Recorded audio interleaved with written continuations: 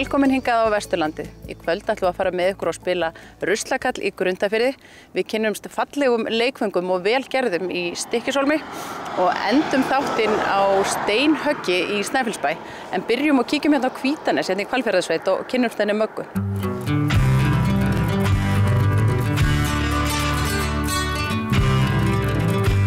Margrét í Hvítanesi hefur langt bil boðið börnum velkomin í sveitina á svokölluðum sveitanámskeiðum. Þar gefst börnum kostur á að kynnast alls konar dýrum, náttúrunni og sveitinni sjálfri. Við tókum þennan dugnaðarfólk tali. Ef við bara byrjum á byrjuninni, þá byrjaði þetta þannig að ég fór á svona brautagengisnámskeið hjá Impru, svona nýsköpun fyrir konur og vann með hugmyndina Börn í sveit. Og þetta var alveg heill vetur og þetta var rosalega fræðandi og svona eldi mann í því að fara út í þetta. Og svo bara startaði ég þessu strax vorið og það var, það var svo sem ágætis aðsókn fyrsta sumarið, ekkert eins og að varð svo seinna sko. Því að þú veist, orðsporið, þegar það fyrir að verða gott af manni, að þá fer þetta alltaf vinda upp á sig. Og svo var ég með þetta á hverju sumri. Svo var ég eiginlega gjörsamlega bara fann að koksa á þessu því að ég var hætt að auglýsa.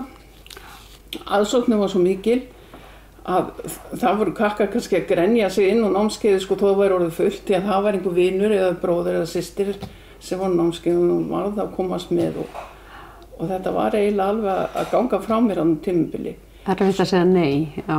Já sko það var svo erfitt að segja nei því að þetta var svo mikið tilhlökkun og mikið langaði svo rosalega að koma en svo minnkaði ég þetta, hafði þetta bara kannski eina viku og aðra viku frí og svona til þess að bara komast í gegnum þetta og svo var það fyrir 2 árum þá fór ég að vera svo slæm í mjöðminni að ég treysti mér bara ekkert í þetta lengur og ákvað að hætta og það var nú ekki mjög vinsælt því að það var alltaf verið að spyrjast fyrir þetta. Svo hafði ég nú ekkert hugsað mér að fara, ég fekk nú nýjan mjöðm í vetur og var alveg eldhress, hafði ekkert hugsað mér að fara í þetta. Svo tengdadóttir mín sem býr hérna hjá okkur. Hún var á námskeiðunum, fyrsta námskeiðinu hjá mér. Já, það er alveg magnað. Hún kom sem barn á námskeið hjá þér. Já, hún kom og þá var Jón minn, sko, kærastinn hennar núverandi, þá var hann líka sko heima ennþá og var sko líka á námskeiðunum og ég á myndir af þeim sko þar sem þau eru saman á námskeiði og þetta var alveg yndislegt. Hún stingur sem sagt upp á því að við förum út í þetta í sumar. Hún hefur greinilega átt góða minningar frá námskeiðinu fyrst henni hún langaði. átti mjög góða minningar af þessu. Og ég bara alveg stökk á það og við bara drifum í að skipuleggja þetta og það var alveg svoleiðis, sko, aðsóknin var algjörlega 100%, rúmlega það sko. Við þurftum að neita og við vorum með biðlista og þetta var svo gaman hjá þeim. Þetta svo gaman þegar þú koma, það svo gaman að sjá þau þegar þú stiga út úr bílnum, eftirvæntingin fyrir þessu og svo var bara sko stundum ekkert hægt að ná þeim niður til þess að fara inn að kannski kenna þeim eða segja þeim eitthvað því þau voru bara, það var allt svo gaman og þau þurftu að fara þarna. Já, mikið að sjá og meðtaka. Já, ég lofaði mér að voða mikið frjáls.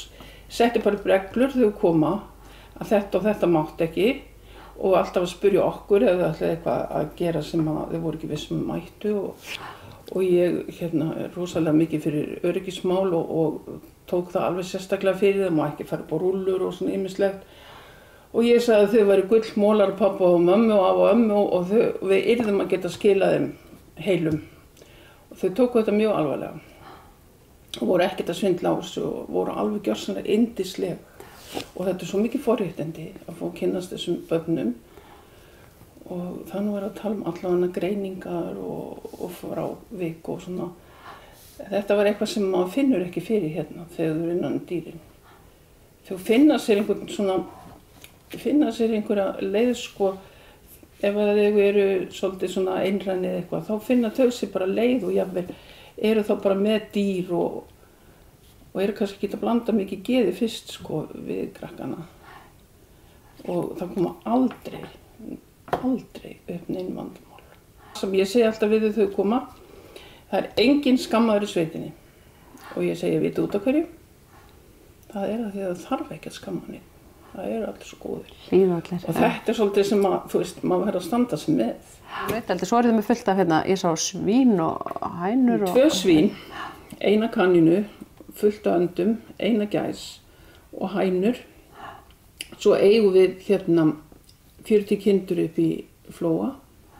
En þið hafið hérna þetta dásamlega fallega hús, Hvítanes. Já. Byggt hvað, 1869. Já. Og hérna, mín ætt, hún kemur hérna 1902. Þá kaupir sem langafi og langar með þessu jörð okkar. Já. En þetta hús sem sagt er friðað. Þessi þykku veggir hérna, þetta er alveg massíft grjót. Já. Og þetta hefur verið flutt á sleðum á sínum tíma úr fjallinu því að ekki voru komin inn faratæki og sjálfst eru gert á hérna ís.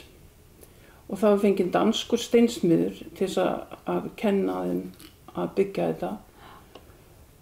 Og þetta er svona í sama stíli eins og við þekkjum Alþingishúsið og Nesstofu og Viðarstofu og fleira. Já. Og þetta er svo líka svo mikið forréttindi að fá ungu kynslóðana til sín í sveitina. Því að þetta eru neytendur framtíðarinnar. Já. Og þau kynnast þessu sem sagt, hvernig þetta virkar. Þau kynnast hvernig þetta er alið og þeim er sagt að við verðum að sýna dýrunum virðingu og verðum að vera góð við dýrin og dýrunum verður að líða vel hjá okkur. Ef að dýrunum líður ekki vel, að þá sem sagt fáum við ekki afurðir af þeim. Og þetta er eitthvað sem að örugglega á eftir að síast inn hjá þeim og kannski vera geymt hérna á bakvið til að þau verða fullorðin og verða neytendur sjálf.